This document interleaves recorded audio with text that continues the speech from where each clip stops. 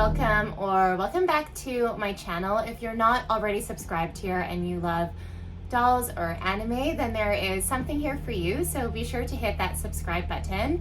As you can see, I am in my Utena costume, but this is preliminary try on. I do need to edit some things about this situation. I do want to add a little like curl in the ends of my wig, and my wig is definitely easier to style when it's on the head form. So I did end up buying a head form for my cosplay wigs.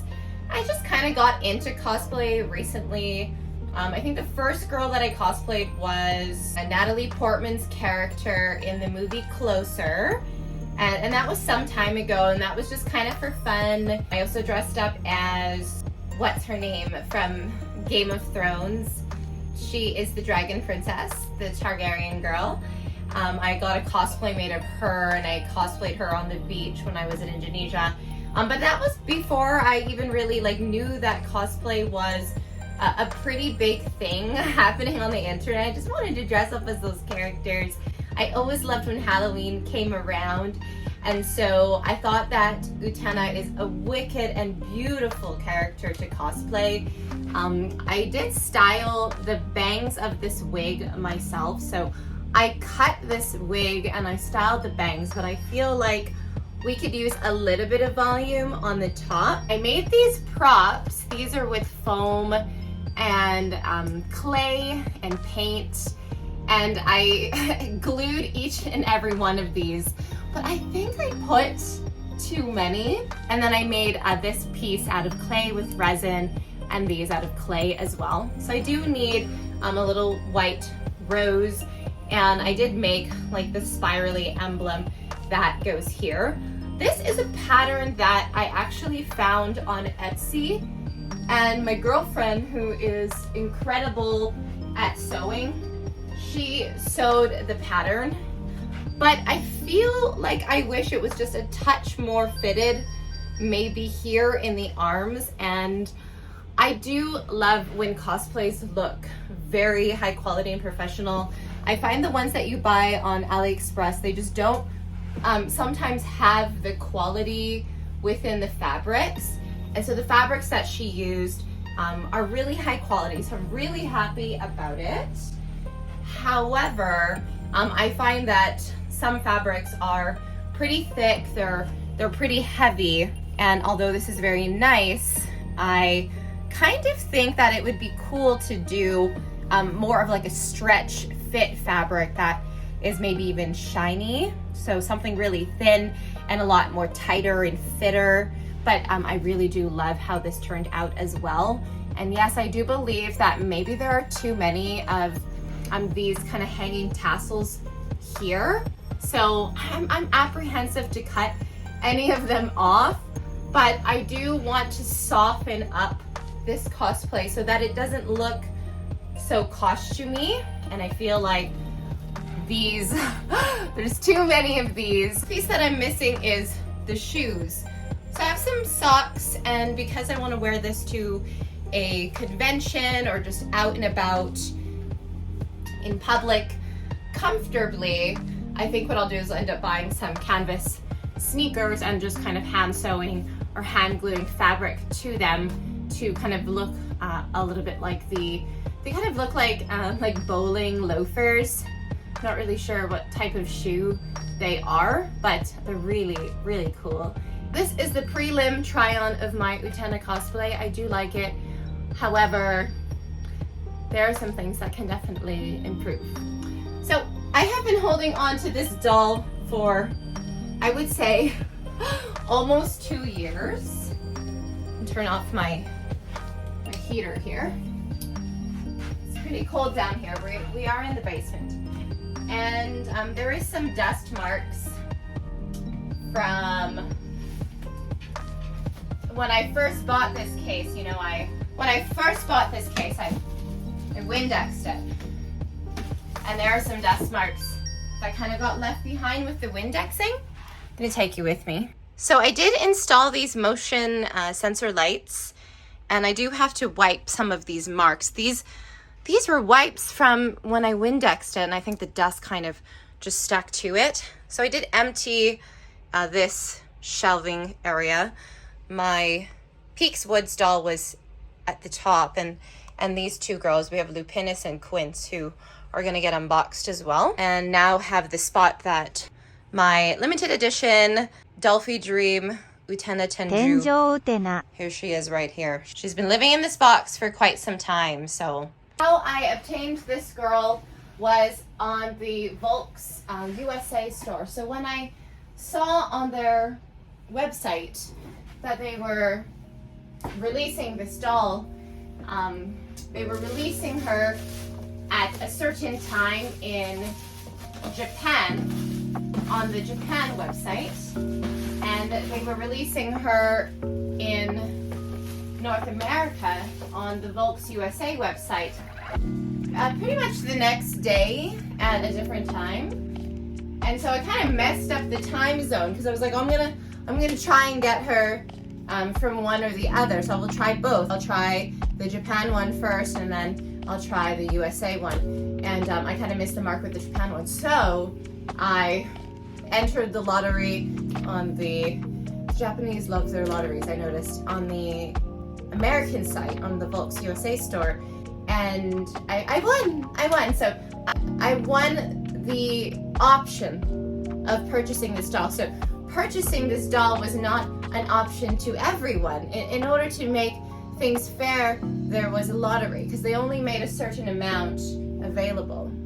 And so when you enter the lottery, they send you an email at some point, maybe a day after, a few days after, that you now are able to check out her in your cart. And so I don't know if anybody entered a Dollfie Dream lottery in the past and didn't win a chance to enter. That was my first time entering, and I won the opportunity to purchase her. And I don't know if anybody has not, so I don't know the logistics behind that. If they only have 200 dolls available, you know, how many people tend to enter. I don't know these details. So when I went to Japan last year, she actually was available for purchase in the Volks store in Akibara, and she was available to be purchased. And I don't know how many they had on hand. I didn't ask. So they obviously had reserved some for their store, or they maybe had put more into production. Again, I'm not too sure. First, let me show you the box. I'm just gonna flip the camera here. So the box is pretty tall. As you can see, she is a 60 centimeter doll, and we just have like this lovely picture of her on the front. So the Volks boxes are pretty simple. The other doll that I got brand new also had kind of cut out of the logo. Hey, we're doing it. It's happening. Can't believe I'm finally doing this. I feel nervous, honestly. Oh my goodness. Okay.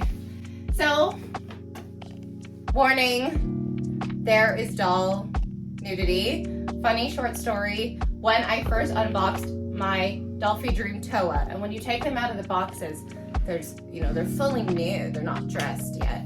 And everybody was really excited to see me open this box. And I had Toa, she was in a box just like this one. She's a 60 centimeter doll. And she's a DDDY doll, and she does have quite large memories. And there was about 100 people watching this live TikTok. And the moment I took her out, everybody left. Or maybe there was an algorithm and it just kicked everybody out. But, warning you, this girl is gonna be fully nude. And this doll is not for kids. Oh my goodness. Whoa. So big. Oh, her eyebrows are pink. Oh my gosh, she's so pretty. Something going on with my eyelashes here. That sounds like a little too high. If you want to skip ahead to the unboxing and you don't want to hear about all of this, just go ahead and find the timestamp and jump on over and have a look. I changed the style of this video to be a little bit more cinematic and have a bird's eye view in 4K of unboxing her with ASMR style with my lips sealed. So you can go and check that out and skip ahead. I did just want to talk a little bit about Utena, Revolutionary Girl Utena, the anime as well as the manga. I've seen one episode of the anime. I wanted to finish the manga before I watched the anime in its entirety, and I do want to watch. I know there is a movie out, or maybe there's one or two. So I've read all of the Utenas that are out. There are 5 volumes of the story, 1 to 5. The story is in 1 to 5 volumes. Then there is Adolescence of Utena, which is basically the story, but just a little bit different. There's a couple different elements in Adolescence of Utena, but it's basically the same story. And then there is After the Revolutions, is like these short stories about the characters 10 years after the revolution, and it's delightful. The art style is delightful. This story to me in the manga was meant to be more about aesthetic. I wouldn't say that there is much character development and that the story is very in-depth. It's more aesthetically appealing, and the idea of a female heroine desiring to be a hero, which is typically a masculine role. She wears the boys' uniform instead of the girls' uniform at school. She's really just quite a likable character. And then the anime really tripped me out.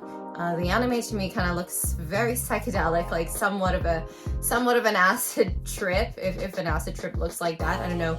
It's very technicolor, it's very bright, it's very wild with the music. The experience of it is very likened to kind of the experience of the manga itself.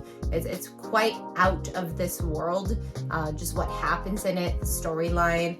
And I do love that there is a celebration of Anthy, and she's got kind of a non-typical skin tone that you would see in anime. She's quite beautiful, and the two of them, there's some gender bending, there's a couple little taboo themes, some twins that have a little bit of a brother-sister complex.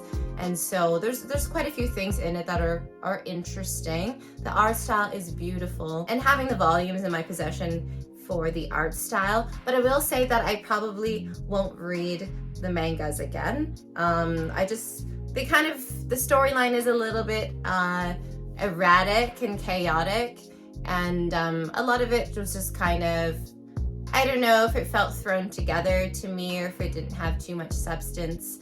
I was hoping for more, hoping for more kind of a montage or a monologue on her feelings and thoughts, maybe some more backstory on her family life. But it is more so an action anime overall, or an action manga, I would say. There's a lot of action, a little bit of drama, and a tidbit of romance, but not too in-depth. The relationships are not heavily in-depth, and it's more quirky, and there's a lot of like cute and quirky things that happen, and she's just a very, very likable character. And then the anime from the one episode I watched just is a very trippy kind of psychedelic experience. So that's my review on the manga and the anime. So first glance at her gorgeous face up. Ooh! And then this is her in the box. As you can see, I gotta really lean back here. Very tall girl.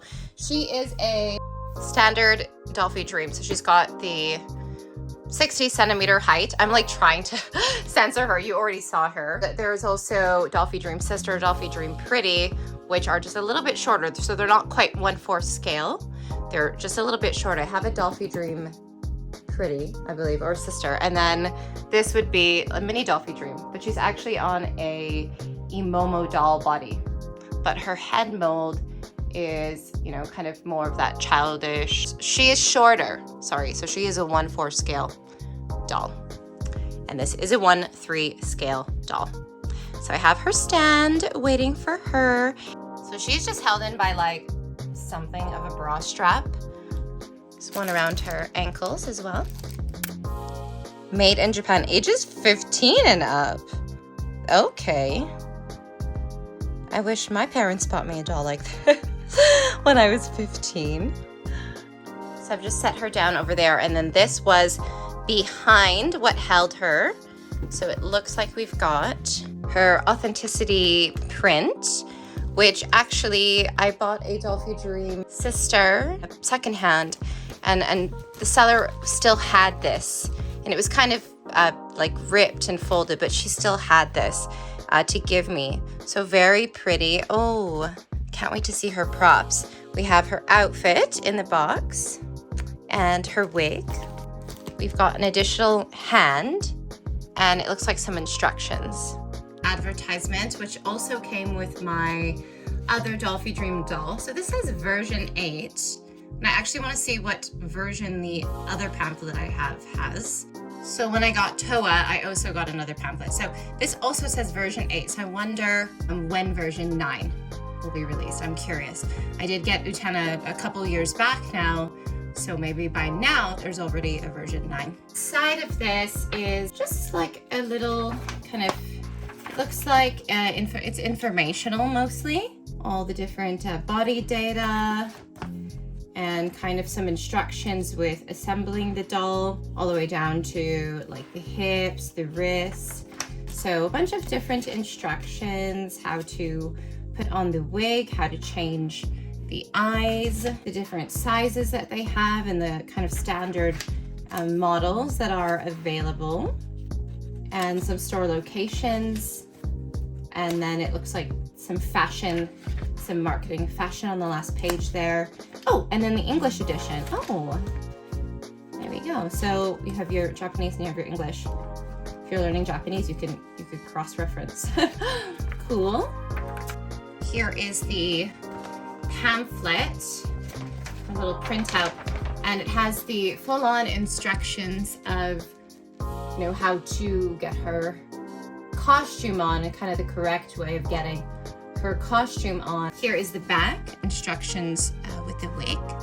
So for the sake of aesthetic, we're gonna rewind. I'm gonna put her all back in the box, and I am gonna film her from a bird's eye view and do like an ASMR style unboxing with her, because I feel like A, I dropped a pretty penny on her, and B, she just really deserves it. She's such a beautiful doll. So I'm gonna just like elevate the quality of this video from here on out and jump into a nice full-on unboxing.